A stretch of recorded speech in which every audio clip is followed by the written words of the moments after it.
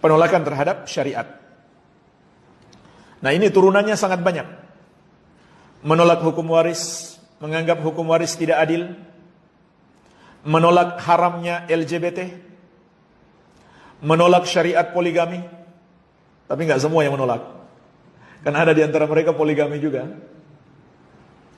Menolak hukum-hukum hudud, hukum-hukum pidana syariat. Yang kemarin jelang berkurban, mereka juga menolak syariat berkurban. Menolak syariat yang menegaskan haramnya memilih pemimpin non-muslim.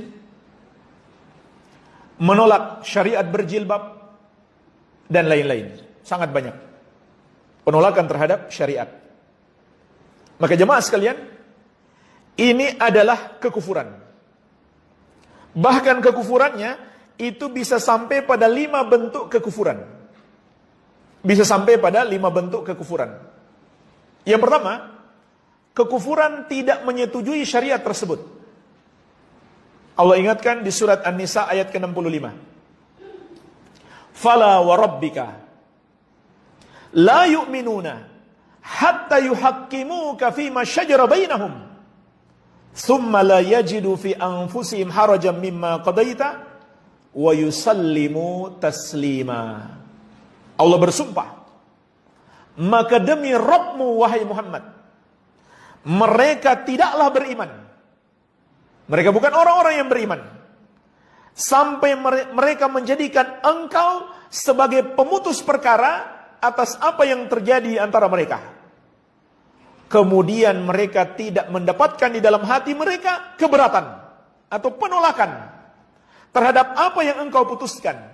Wa yusallimu taslima, dan mereka menerima sepenuhnya, tidak menolak. Barulah mereka menjadi orang-orang yang beriman. Berarti kalau menolak, dia bukan orang beriman, tapi kafir. Ini bentuk kekafiran yang pertama. Ketidaksetujuan atau tidak terima atau menolak syariat Allah dan syariat Rasulullah sallallahu alaihi wasallam. Bentuk kekafiran yang kedua, adanya kebencian terhadap syariat, dan biasanya begitu. Mereka menolak karena memang benci terhadap ajaran syariat itu. Dan Allah juga menegaskan itu adalah kekufuran dalam banyak ayat. Di antaranya surat Muhammad ayat 9. Surat Muhammad ayat 9. Dzalika bi annahum karihu ma anzalallah fa ahbata a'malahum. Demikianlah mereka itu kafir karena mereka membenci ajaran yang Allah turunkan. Di mana Allah turunkan ajarannya? Di dalam Al-Quran dan sunnah Nabi sallallahu alaihi wasallam. Maka Allah menghapuskan amalan-amalan mereka. Karena mereka telah kafir, Allah hapuskan amalan mereka. Ini bahayanya jemaah sekalian. Di antara bahaya kekafiran adalah menghapuskan amalan. Kemudian yang ketiga, seringkali juga mereka menolak syariat disertai dengan olok-olok. Disertai dengan olok-olok, dengan penghinaan. Itu tidak jarang. Bahkan menghina Allah. Subhanallah. Ngeri kalau kita baca kata-kata mereka, menghina Allah, menghina Rasulullah sallallahu alaihi wasallam, menghina syariat. Maka ini bentuk kekufuran yang lain. Sebagaimana Allah ingatkan di surat At-Taubah ayat 65-66. Qul abillahi wa ayatihi wa rasulihi kuntum tastahzi'un. Katakan kepada mereka, wahai Muhammad, apakah dengan Allah, dengan ayat-ayatnya atau syariatnya, dan dengan Rasulnya kalian memperolok-olok? La ta'tadiru qad kafartum ba'da imanikum. Tidak usah kalian cari-cari alasan. Kalian sudah kafir setelah kalian beriman. Kemudian bentuk kekafiran yang keempat, mereka menolak syariat dengan keyakinan atau ucapan mereka bahwa hukum syariat ini sudah tidak cocok lagi di zaman ini. Atau ini cocoknya di Arab saja. Sampai ada yang berani mengatakan itu kan sebenarnya budaya Arab, bukan syariat. Sementara kita punya budaya sendiri, budaya Nusantara. Maka di sana Islam Arab, di sini Islam Nusantara. Jadi menolak syariat karena merasa sudah tidak relevan lagi. Maka jemaah sekalian, ini adalah kekufuran, karena ini sama saja mendustakan Rasulullah SAW, atau mendustakan ayat Allah tentang pengutusan beliau kepada seluruh manusia. Di antaranya di surat Al-A'raf ayat 158. Kalau mereka berkeyakinan ini syariat cocoknya di Arab, nggak cocok di sini, atau cocoknya di zaman Nabi SAW saja, zaman sekarang sudah nggak relevan, sama saja mengingkari ayat ini.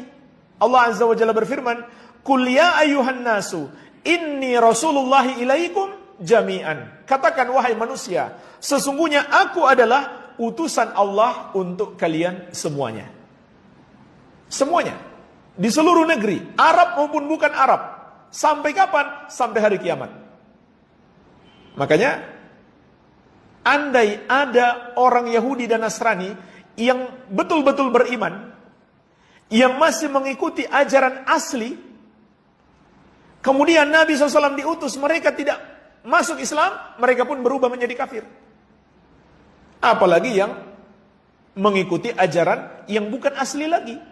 Anda yang masih tersisa yang mengikuti ajaran asli, ketika Nabi SAW diutus, mereka tidak beriman kepada beliau, maka mereka menjadi kafir. Tapi kalau betul-betul mereka mengikuti ajaran asli, pasti mereka masuk Islam. Contohnya, Waraqah bin Naufal. Begitu pula Salman Al-Farisi. Salman Al-Farisi berguru kepada para pendeta, mewasiatkan untuk beriman kepada Nabi akhir zaman. Maka beliau pun masuk Islam. Dari Majusi, Nasrani, kemudian masuk Islam. Iya. Kemudian yang kelima, bentuk kekufuran yang kelima, ketika seorang menolak syariat, itu biasanya karena keyakinan syariat tidak mengatur urusan dunia.